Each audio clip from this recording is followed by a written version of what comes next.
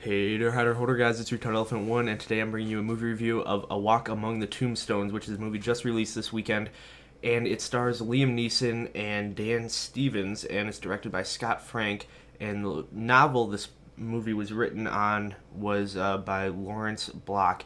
So the plot to this movie is pretty much that a private investigator, Matthew Scrutter, is hired by a drug kingpin, I can't read, to find out who kidnapped and murdered his wife.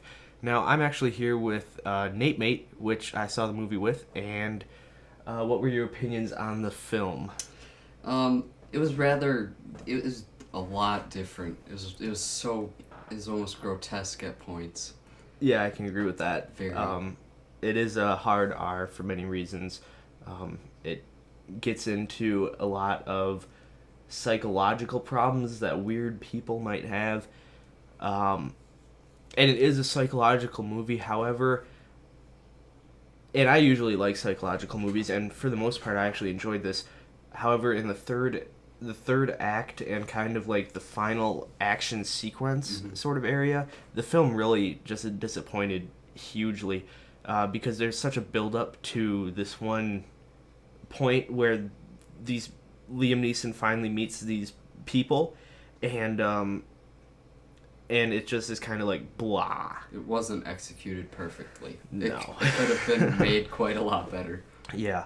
There's also a pretty useless character, child character, who really, I feel like maybe take him out of the script, cut the runtime down by like 20 minutes, and the movie gets a lot better. Yeah, it almost didn't make sense why he was in there. I mean, yeah, there were some small parts in there that he fit in, I guess you could say, but it's not exactly what it should have been in there.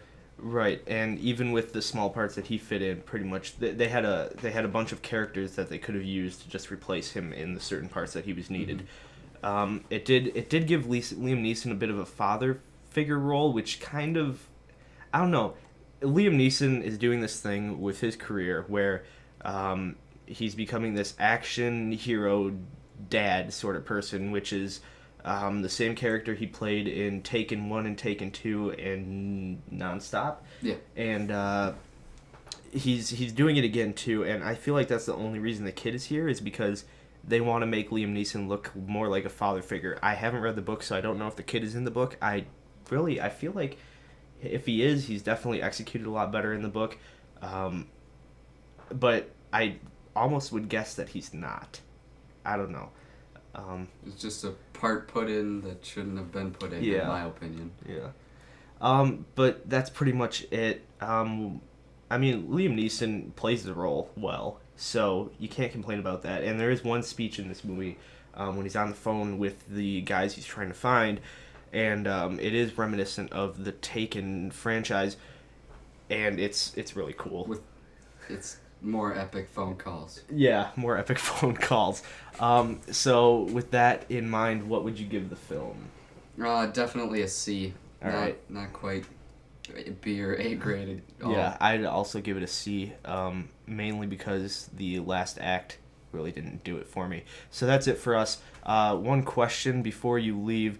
My friend Nate Mate here is thinking about possibly starting a YouTube channel, and he would like to know your guys' input if you'd be interested in seeing what might be on your channel. I would do racing. I could do some CSGO. I could do Gary's Mod like Lee or Retard Elephant 1 does.